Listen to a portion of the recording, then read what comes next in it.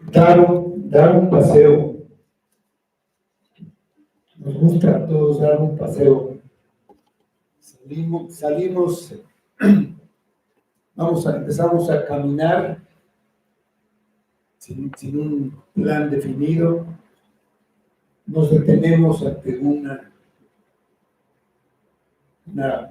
planta, un paisaje agradable. Vemos quizá un nido de algún pajarillo que está ahí. Volteamos a otro lado, estamos paseando. En este tiempo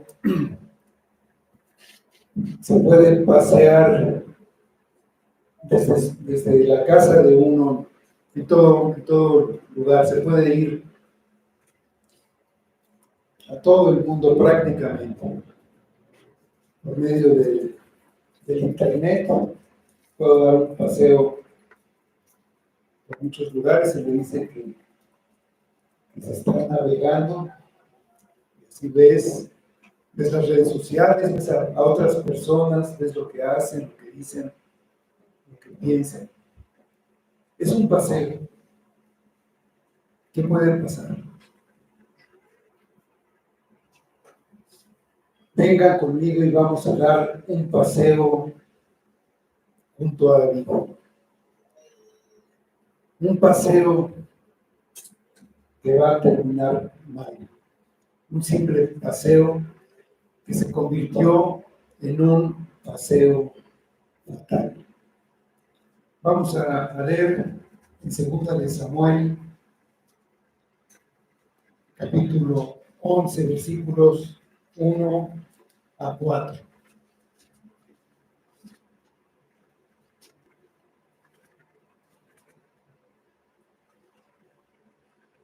Dice así la palabra. Aconteció al año siguiente, en el tiempo que salen los reyes a la guerra, que David envió a Joab y con él a sus siervos y a todo Israel, y destruyeron a los amonitas y sitiaron a Rabá, pero David se quedó en Jerusalén. Y sucedió un día, al caer la tarde, que se levantó David de su lecho y se paseaba sobre el terrado de la casa real. Y vio desde el terrado a una mujer que se estaba bañando, la cual era muy hermosa. Envió David a preguntar por aquella mujer y le dijeron: aquella es Betsabé, hija de Eliam, mujer de Urías Eteo. Y envió David mensajeros y la tomó y vino a él y él durmió con ella. Luego ella se purificó de su inmundicia y se volvió a su casa. Vamos a ver. Señor, ayúdanos a entender tu palabra, de ver lo que tienes para nosotros en estas pocas líneas. Obra con tu espíritu, obra en nuestra mente, en nuestro corazón, a través de tu palabra y por tu espíritu. Ayúdanos a entender y aplicar la escritura en nuestra vida. Obra en nosotros, Padre, que sea para tu gloria. Lo pedimos en nombre de Cristo. Amén. ¿Cómo llegó David a este paseo? Anún, el rey de los amonitas, avergonzó gravemente a los embajadores que David envió para ofrecerle consuelo por la muerte de su padre Naas, quien había mostrado misericordia hacia David en el pasado. El intento de promover la amistad entre el pueblo de Dios y los impíos fue frustrado por Dios, y dejó salir la desconfianza y el odio de sus enemigos para que no entrara su pueblo en un yugo desigual. Él Dios tenía planes muy diferentes a los de su siervo. Estos hombres habían llenado la medida de su iniquidad y fueron endurecidos para su destrucción. Dios no había olvidado lo que Naas y los amonitas habían hecho a su pueblo, no solamente ahora, sino desde el tiempo en que ellos iban a tomar la tierra prometida. La humillación a sus embajadores era un agravio a la persona del rey. Eso causó una guerra entre Israel y los hijos de Amón. Anún sabía que el insulto había ofendido a toda la nación. Se había hecho aborrecible a Israel. Era, de hecho, una declaración de guerra. Y se preparó, tomó mercenarios sirios, sus aliados, para que le ayudaran en la guerra. David envió a su ejército de valientes y los mercenarios sirios y sus aliados fueron derrotados por Joab, general del ejército de David, y huyeron. Joab regresó a Jerusalén. Los amonitas estaban en dos frentes. Huyeron de Abisai, que comandaba la otra parte del ejército, y se refugiaron en sus ciudades. Los sirios, por su cuenta, se reagruparon, tomaron refuerzos y con un ejército más grande regresaron para destruir y atacar a Israel. Esta vez, David salió personalmente al frente del ejército, cruzó el río Jordán y Dios entregó a sus enemigos en su mano. Los sirios temieron ayudar más a los hijos de Amón. Los aliados de los sirios hicieron paz con Israel y les siguieron. David regresó a Jerusalén esperando un mejor momento para atacar a los amonitas. Esperó el tiempo de guerra, dice el versículo 1 de nuestro pasaje. Aconteció al año siguiente, en el tiempo que salen los reyes a la guerra, que David envió a Joab y con él a sus siervos y a todo Israel, y destruyeron a los amonitas y sitiaron a Rabá. Pero David se quedó en Jerusalén. En esa parte del mundo, el clima frío del invierno, combinado con las lluvias, dificulta los viajes y las campañas militares. El tiempo más favorable para la guerra, y por eso era la costumbre de los reyes de salir en ese tiempo, era la primavera. Llegó ese tiempo y David envió a su general y a su ejército para terminar la campaña que había quedado inconclusa. Destruyeron a los amonitas, pero quedaba la ciudad real de Rabá, a la que rodearon. Los embajadores de David y el mismo David estaban siendo vengados de la afrenta que les hicieron los amonitas. Pero había un problema significativo en toda la operación. El rey decidió quedarse en Jerusalén. Tenía un general capaz, buenos soldados, así que dio la oportunidad de eludir la tarea difícil y tediosa de pelear una guerra y prefirió relajarse por un tiempo. David debió haber ido a pelear, pero prefirió quedarse en la seguridad de su palacio. El año anterior, Joab y el ejército de los valientes prevalecieron sobre los sirios y los amonitas, pero no tuvieron una victoria decisiva. La victoria decisiva vino cuando David en persona dirigió la batalla. Entonces, tanto por experiencia como por costumbre, David era un guerrero que toda su vida había estado pues, con esa experiencia. El rey debía salir al frente del ejército. Y precisamente para eso Dios lo había puesto como rey. Si recuerdan, los israelitas pedían un rey que saliera al frente en sus guerras, entre otras cosas. Pero ahora David decidió quedarse en Jerusalén.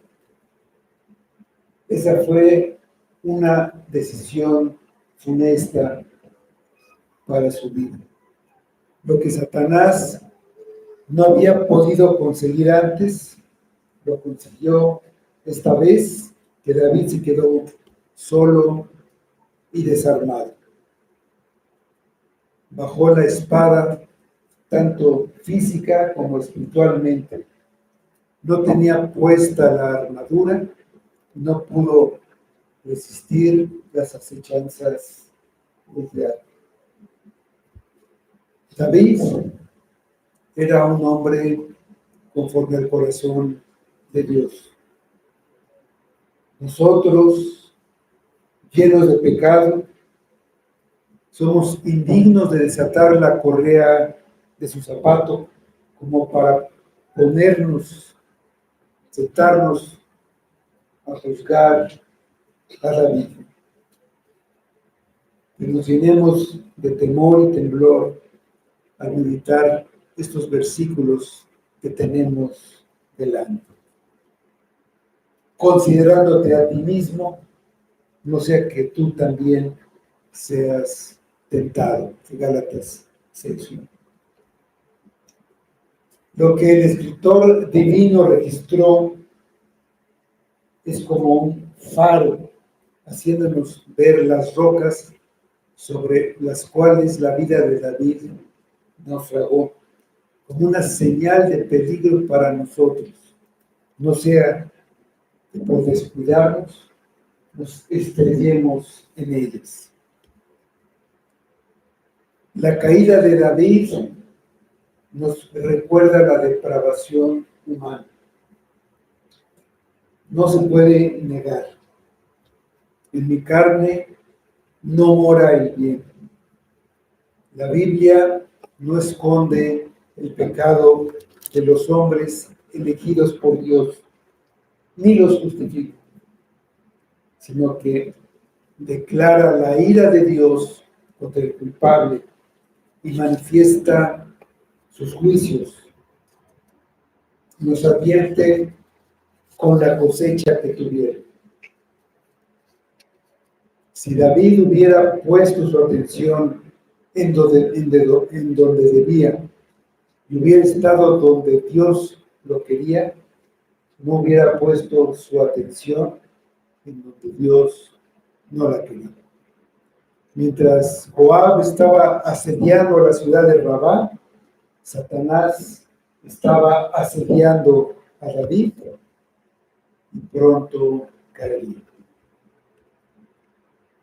Sin embargo, toda esta cadena de eventos no inició con la decisión de David de quedarse en Jerusalén y no encabezar su ejército.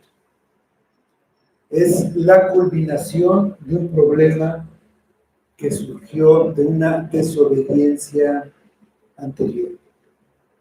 David mostró su indiferencia por el plan de Dios para el matrimonio muchos años antes, cuando tomó más de una esposa.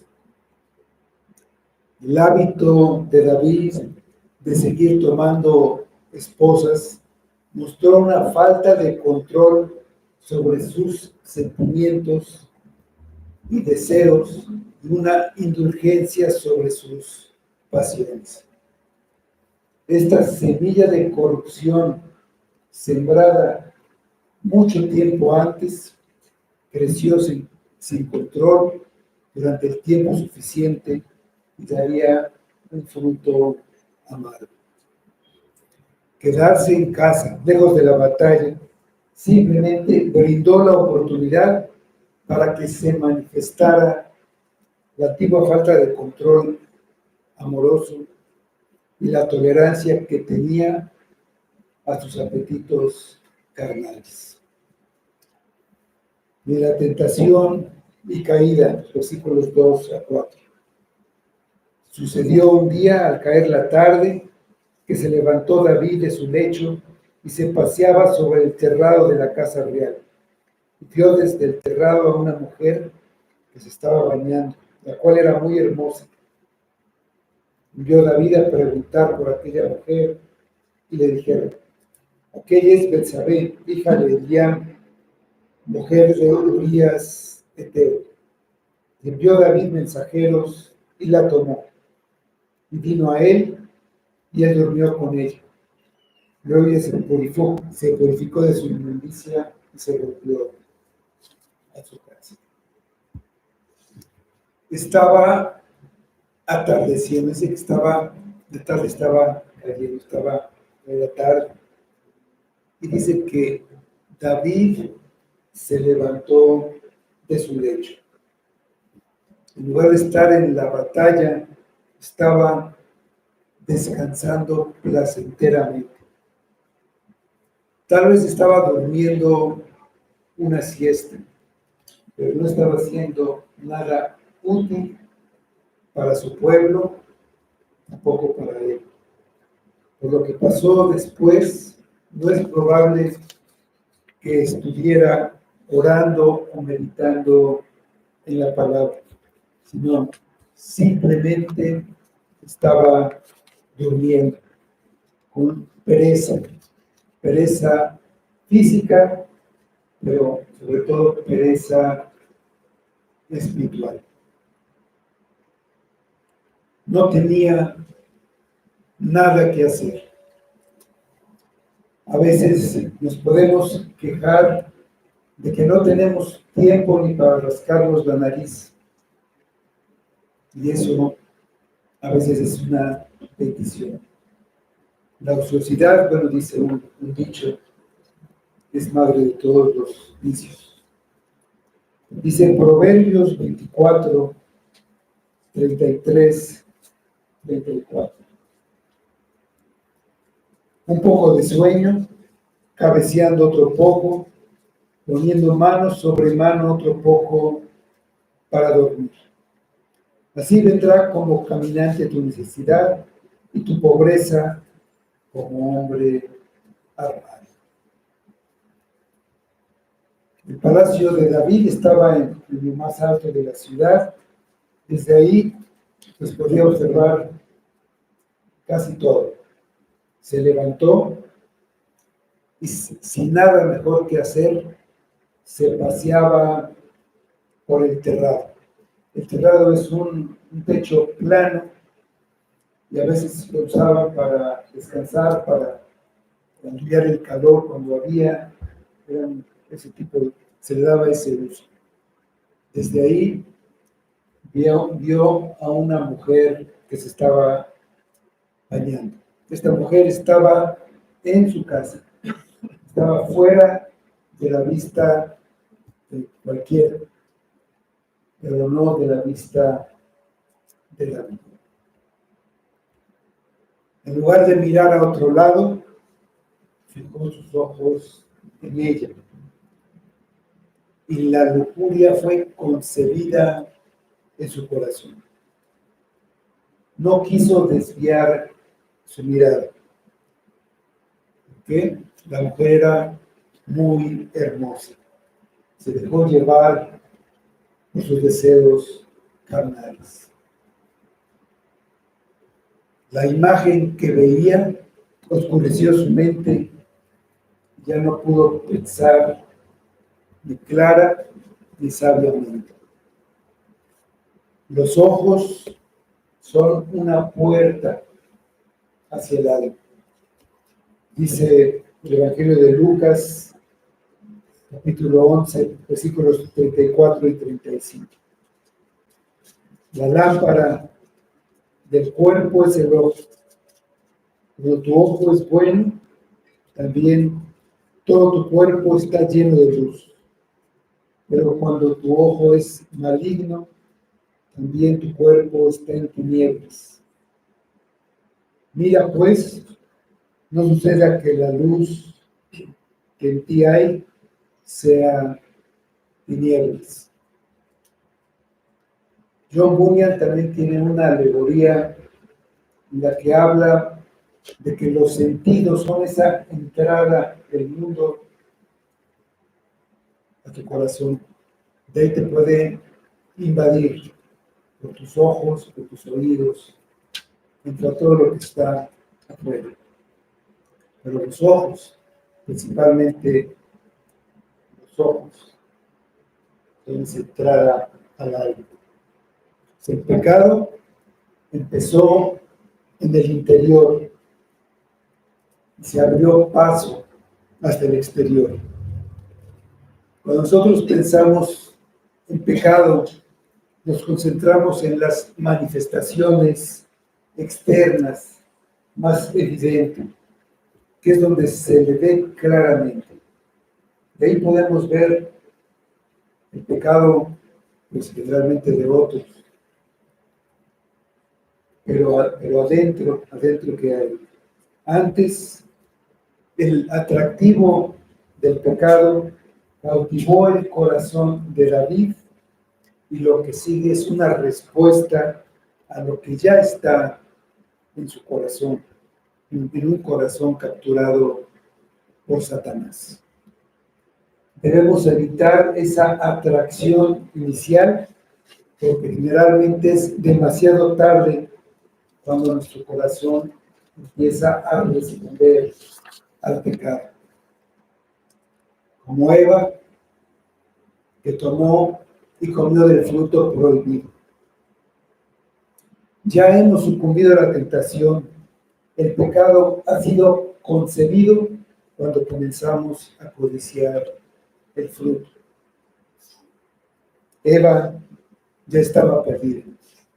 Su confianza en Dios se había erosionado en el momento que vio que el árbol era bueno para comer y era codiciable para adquirir sabiduría. La remisión interna llevó al acto externo. En el interior es donde se concibe el pecado. Es donde la persona debe prevalecer si quiere vencer la tentación y evitar que ese pecado que ya fue concebido nazca. Dice Santiago 1, versículos 13 a 15.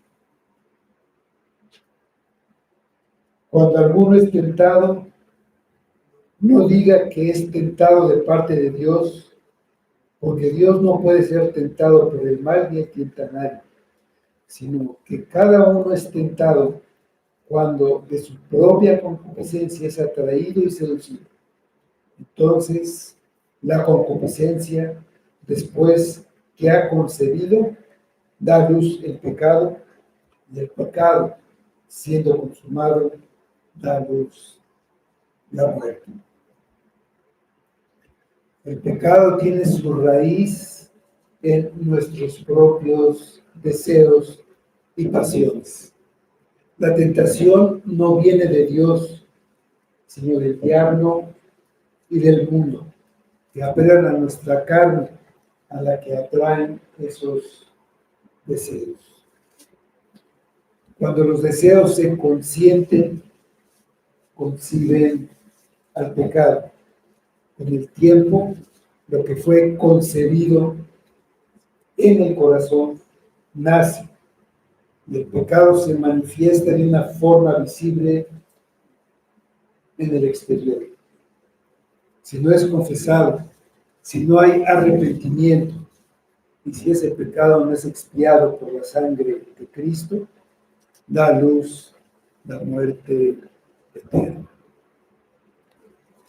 Envió David a preguntar por aquella mujer. Se propuso satisfacer su lujuria. Mandó buscarla. David, con su poder, su autoridad, tomaría lo que quisiera. En la mente de David, estas son las ventajas de ser rey. Vio la belleza de esa mujer y la codició. Pidió información sobre ella y obtuvo una respuesta. Le dijeron, su nombre es Betsabé. Y su familia es hija de Eliam. Eliam era hijo de Aitofel, uno de sus principales consejeros. Entonces era una familia influyente en el reino.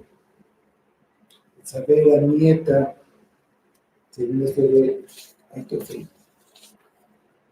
La mujer no era cualquier mujer. Esa información trae una enorme señal.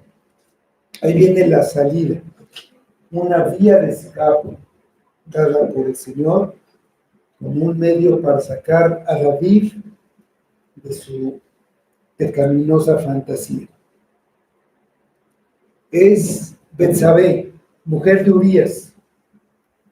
Se enteró que estaba casada y que era esposa de uno de sus valientes. También se enteró que el esposo de esta mujer estaba ausente, estaba lejos, porque los valientes se encontraban en la batalla contra los amonitas.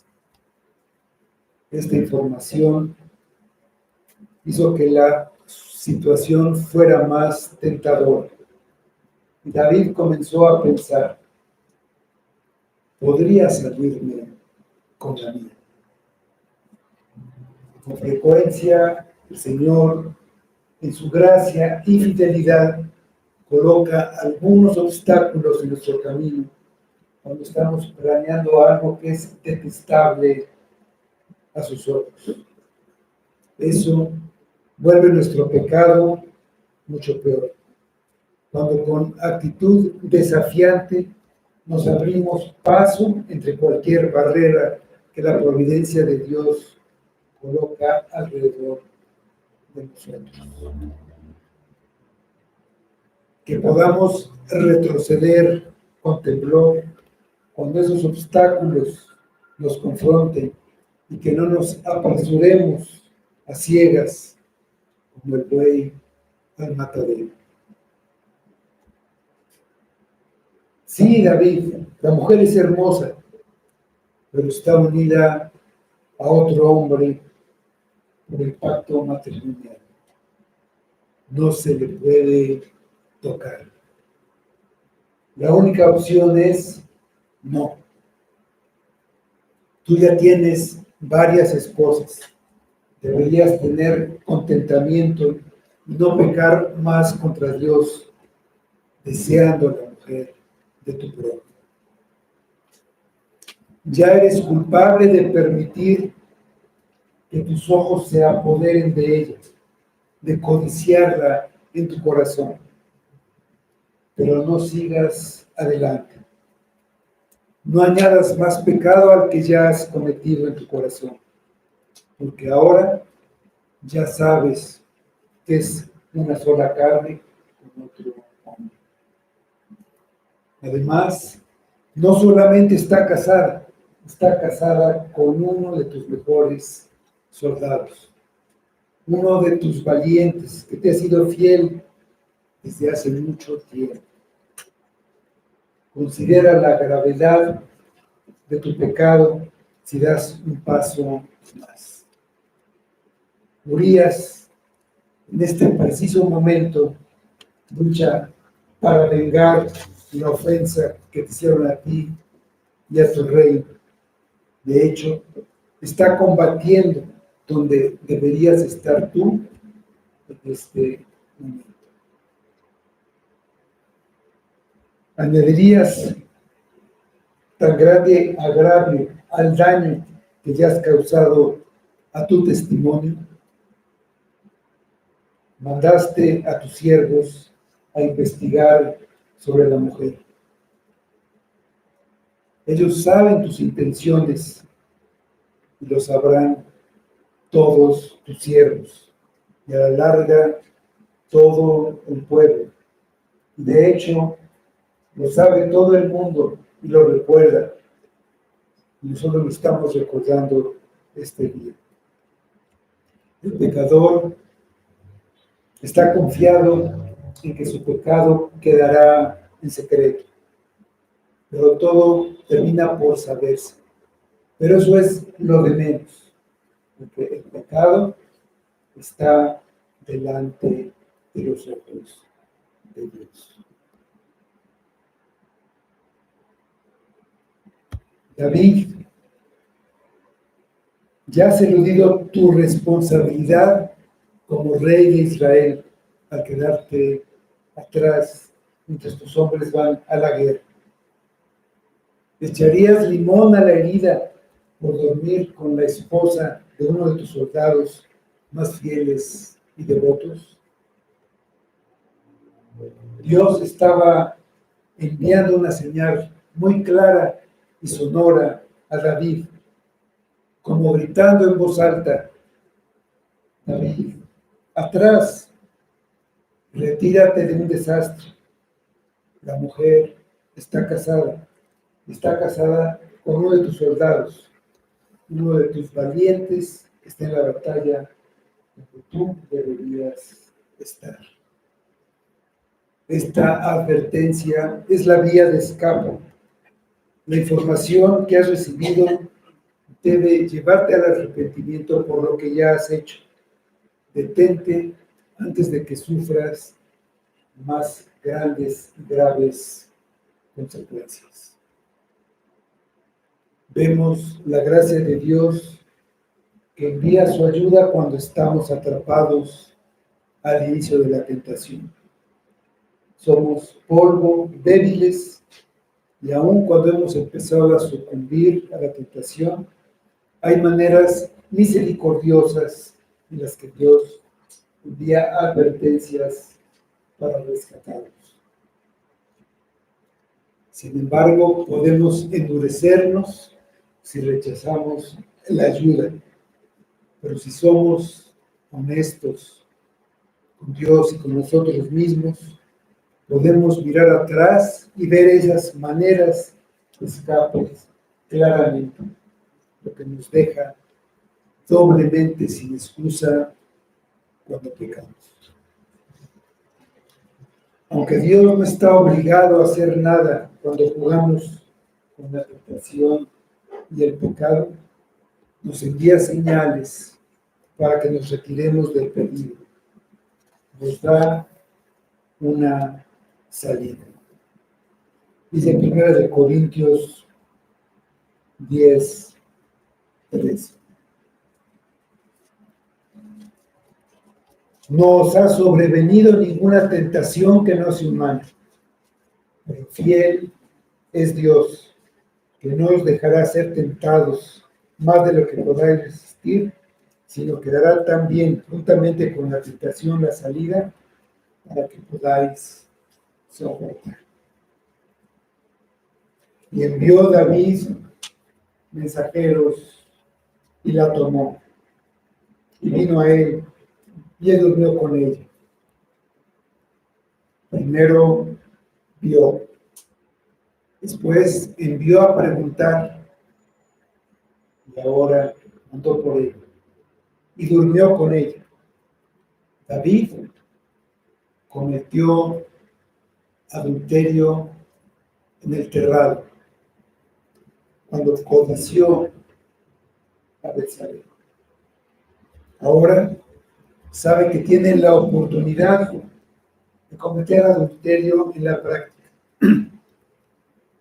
El adulterio en el corazón y en la mente es malo. El adulterio en la práctica es mucho peor. Sabía que estaba mal, lo sabía perfectamente.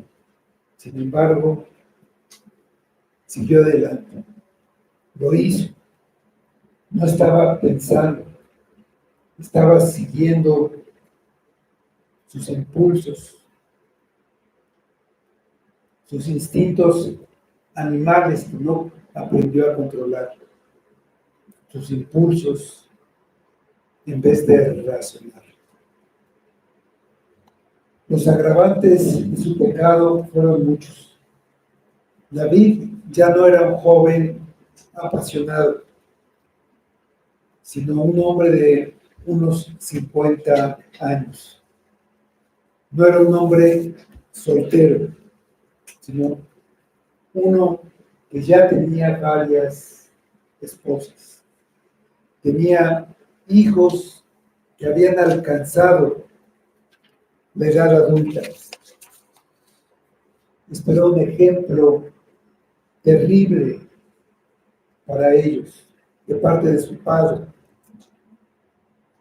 ¿Cómo les podía pedir después que tuvieran templanza? Era, además, el rey de Israel, bajo una obligación de ser justo, recto delante de sus súbditos, de ser un modelo de justicia. Urías, el hombre al que dañaba tan gravemente, estaba en ese momento arriesgando su vida al servicio del rey. Y sobre todo, David era un hijo de Dios y como tal, bajo el compromiso de honrar y glorificar su nombre. No es fácil decir que bajo puede caer un verdadero hijo de Dios, ni qué tan profundo se puede hundir en el fango una vez que permite las lujurias de la carne. El pecado es insaciable, nunca está satisfecho. Su naturaleza es arrastrarnos cada vez más bajo, volviéndose más y más audaz en su oposición a Dios. Si no fuera por su gracia redentora, nos llevaría al mismo infierno. Hasta que lleguemos al cielo, cada uno de nosotros tendrá que luchar con el pecado remanente dentro de él y contra los deseos de la carne. Es una lucha dentro de nosotros mismos entre la carne y el espíritu. Dice Romanos 8, 12 y 13. Así que, hermanos, deudores somos, no a la carne para que vivamos conforme a la carne, porque si vivís conforme a la carne, moriréis. Mas si por el Espíritu hacéis morir las obras de la carne, viviréis.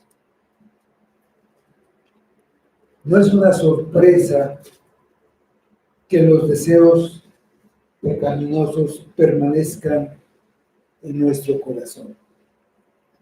Por eso nunca debemos bajar la guardia. Siempre estamos en una batalla y tendremos que estar lidiando y mortificando con los restos del pecado. No queremos que esos deseos den a la luz al pecado.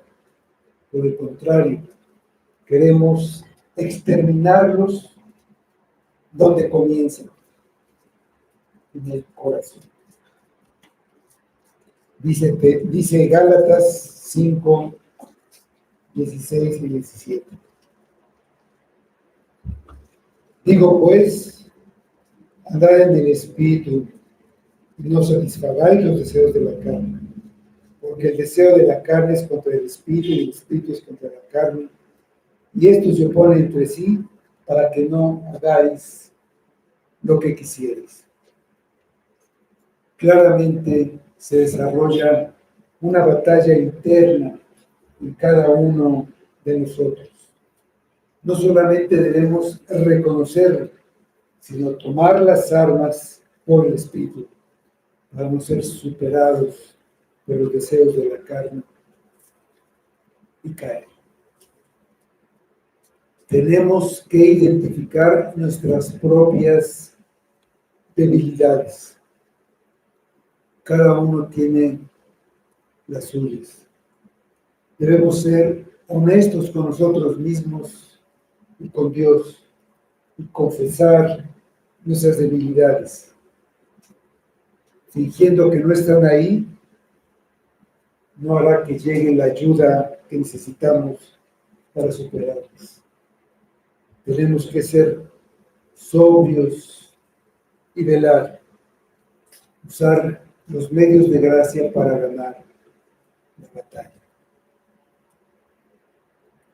Ten cuidado de crear la oportunidad para ser atraído por tus concupiscencias remanentes. Quédate en la batalla. Evita el tiempo de ociosidad, el tiempo de inactividad. No bajes la guardia. Ve a la guerra. No te duermas espiritualmente para que no seas atrapado por una Betsabé dañándose. El pecado está a la puerta, esperando para atacarte cuando no lo esperes. Debes dominarlo por la gracia de Dios. El diablo anda rondando como un león rugiente, agazapando, esperando, buscando a quien devorar. ¿Cómo luchamos una guerra espiritual? Con armas espirituales. Velad y orad para que no entréis en tentación. Ponte la armadura de Dios. Efesios 6, del 10 al 18. Por lo demás, hermanos míos, fortaleceos en el Señor y en el poder de su fuerza. Vestíos de toda la armadura de Dios para que podáis estar firmes contra las acechanzas del diablo, porque no tenemos lucha contra sangre y carne, sino contra principados, contra potestades, contra los gobernadores de las tinieblas de este siglo, contra huestes espirituales de maldad en las regiones celestes. Por tanto, tomad toda la armadura de Dios para que podáis resistir en el día malo y habiendo acabado todo estar firmes. Estad pues firmes, ceñidos vuestros lomos con la verdad y vestidos con la coraza de justicia y calzados los pies con el apresto del evangelio de la paz. Sobre todo, tomad el escudo de la fe con que podáis apagar los dardos de fuego del maligno. Y tomad el yelmo de la salvación y la espada del Espíritu, que es la palabra de Dios. Orando en todo tiempo, con toda oración y súplica en el Espíritu, y velando en ello con toda perseverancia y súplica por todos los santos. No es un juego, es una guerra. El botín es tu alma. Toma las armas y lucha. Ponte en guardia para no ser atraído por tus deseos internos. No juegues con la tentación. Mantente lejos de ella. No eres tan fuerte como crees.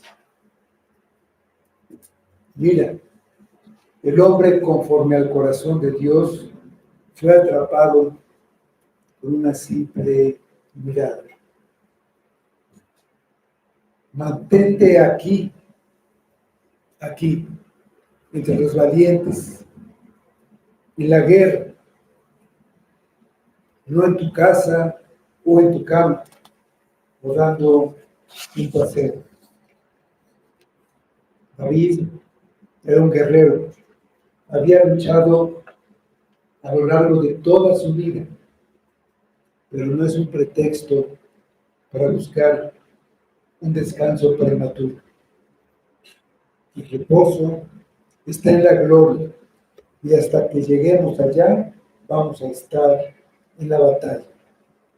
Esta es la perseverancia y Cristo es nuestro reposo. Cristo fue tentado. Hebreos dice que fue tentado en todo, según nuestra semejanza, pero sin pecado. Él resistió la tentación cuando fue tentado por Satanás en el desierto. Lo que hizo fue negarse a poner sus ojos en la tentación. En el pan, después de 40 días sin comer, o en los reinos de todo el mundo que les serían dados sin pasar por la cruz, para no permitir codiciar las delicias del mundo, citó las escrituras y el diablo se tuvo que retirar. La palabra de Dios es siempre nuestra mejor defensa contra las tentaciones de Satanás. Entre mejor conozcamos su palabra, será más fácil reclamar la victoria en nuestras luchas diarias. La palabra es la espada del Espíritu, como dice el pasaje que leímos. Además de la palabra, la oración nos ayuda a resistir la tentación. La noche que Jesús fue traicionado, oró en el huerto de Getsemaní y dijo a sus discípulos que oraran para que no entraran en la tentación. Asimismo, nos enseñó a orar y la oración conocida como el Padre Nuestro, Jesús nos enseñó a pedir para que no cayéramos en la tentación. Otra forma de resistir la tentación es recordar lo que Jesucristo hizo por nosotros. A pesar de que Él nunca cometió un pecado, voluntariamente soportó el tormento en la cruz por nosotros, cuando aún éramos pecadores. Cada pecado que hayamos cometido jugó un papel importante cuando nuestro Salvador fue clavado en la cruz. Allí nuestro pecado fue castigado. La forma como respondemos a las seducciones mundanas de Satanás indica qué tanto ocupa el amor de Cristo en nuestro corazón. El poder del pecado y de Satanás sobre nosotros ha sido destruido desde la guerra que ha sido ganada por la muerte y resurrección de nuestro Salvador, que conquistó el poder del pecado y de la muerte para siempre. Ya no tenemos que andar por el camino espacioso que lleva a la perdición, sino que podemos caminar por el camino angosto que lleva a la vida. Hay gracia para David, aun cuando ignora la advertencia de Dios y no toma la salida que le ofrece para la tentación. Pero los grandes costos y las consecuencias de su pecado en esta vida cayeron sobre su cabeza y tuvo que derramar muchas lágrimas con dolor y lamento. David es nuestro maestro, es rey, deja su testimonio para todos nosotros, gritando: no entres ahí, no vayas por ese camino.